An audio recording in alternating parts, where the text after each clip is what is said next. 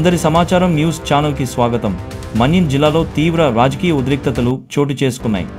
కూటమి నేతల వేధింపులతో వైఎస్ఆర్ కాంగ్రెస్ పార్టీ మద్దతుదారుడు ఆత్మహత్యాయత్నానికి పాల్పడ్డాడు. ఉపాధి హామీ కూలీలపై ఒత్తిడి, బెదిరింపులు తీవ్ర స్థాయికి చేరాయి. ఈ క్రమంలో మాజీ డిప్యూటీ సీఎం పుష్పశ్రీవాణి తీవ్ర వ్యాఖ్యలు చేశారు. వైఎస్ఆర్సీపీకి ఓటేస్తే మీ కాళ్ళపై పడతారా అంటూ సంచలనం రేపారు. అసలు నిజమేంటో ఈ వీడియోలో చూడండి. మీ అభిప్రాయాన్ని కామెంట్స్లో షేర్ చేయండి.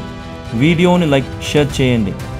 అన్ని వార్తల నుంచి రోజువారీ నవీకరణల గురించి మరిన్ని వీడియోల కోసం అందరి సమాచారం ఛానల్కు సబ్స్క్రైబ్ చేయండి. అప్డేట్ను ఎప్పటికీ కోల్పోకుండా ఉండడానికి బెల్ ఐకాన్ను నొక్కడం మర్చిపోవద్దు. రెడ్డి గారి ప్రభుత్వంలో పార్టీలు చూడలేదు, రాజకీయాలు చేయలేదు. ప్రతి ఒక్కరికి కూడా, అది టీడీపీ వాళ్ళైనా, జనసేన వాళ్ళైనా, సిపిఎం అయినా, సిపిఐ అయినా, బీజేపీ అయినా, ఏ పార్టీ వారైనా సరే ప్రతి ఒక్కరికి కూడా సంక్షేమ కార్యక్రమాలు అందించామని చెప్పి మేము ఈరోజు ధైర్యంగా చెప్పుకోగలం. ఇటువంటి రాజకీయాలు ఎప్పుడైనా ఉన్నాయా? ఇంత దారుణమైనటువంటి రాజకీయాలా? కురుపాం నియోజకవర్గంలో ఎప్పుడూ కూడా ఇంత దిగజారిపోయినటువంటి రాజకీయాలు ఎప్పుడూ లేవు. ప్రజలకు ఏం చేయాలో, నియోజకవర్గానికి ఏం చేయాలో అన్న దాని మీద దృష్టి పెట్టండి. ఇలాంటి పొలిటికల్ హెరాస్మెంట్స్ అనేవి చేసుకుంటూ పోతే రేపొద్దునన్న తర్వాత ఎప్పుడూ కూడా ఒకటే ప్రభుత్వం ఉండదు. ఎద్దెప్పుడు ఒకవైపే పడుకోదు. రేపొద్దునన్నాక మళ్ళీ మా ప్రభుత్వం వస్తే మీరు చూపించేటువంటి ఏదైతే ఈరోజు మీరు చేస్తున్నటువంటి దానికి రెట్టింపు చేసేటువంటి పరిస్థితులు మీరు కల్పిస్తున్నారు. దయించి ఇలాంటి చర్యలకి పాల్పడకండి. పేదవాళ్ళ మీద మీ ప్రయోగాలు చూపించకండి. అందరినీ ఒకలా చూడండి.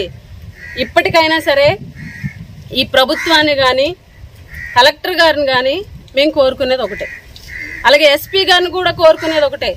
ఈరోజు ఎవరైతే ఆవిడ ఆత్మహత్య చేసుకోవడానికి కారణమయ్యారో ఖచ్చితంగా ఆ ఇల్లం నాయుడు మీద కానీ, ఆ శంకర్ బాబు మీద కానీ ఈరోజు చర్యలు తీసుకోవాలి.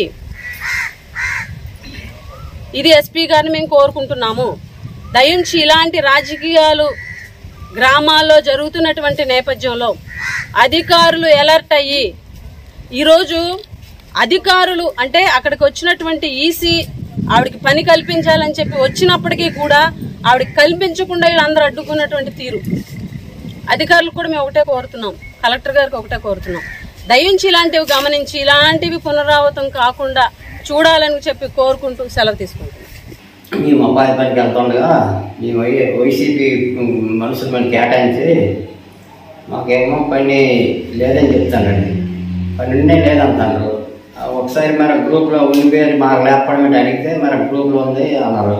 ఆ గ్రూప్కి అయితే మా కారుకి ఇచ్చి క్షమాపణ చెప్తే నేను వేస్తాము, లేకపోతే ఈయనని శంకరబాబు అన్నాడు. తర్వాత రెండో వాడు కాబోలు లేవన్నాడండి. 100 మంది ఈరోజు 3 రోజులు వెళ్తే అలాగే తిప్పుతారు. మరి గ్రూప్ పెడతాను రమ్మని ఉమా గారు అంటే వెళ్ళాము. ఈ రోజు అడిగితే మా దీనికి రాకపోతే మేము ఎందుకు చేస్తామో పెడతామో, ఎంతమంది క్షమాపణ పడితే నేను చేస్తాను, లేదంటే వేయను, ఎక్కడ నీ దిక్కులు కూడా చెప్పుకోండి అని చెప్పారండి. అందుకే ఆ మాట వార్ష లేక నా భార్య ఇంటికి వచ్చి గడ్డి మంది తాగేసి ఇదైంది, డాక్టర్ చేసుకుపోయిందండి.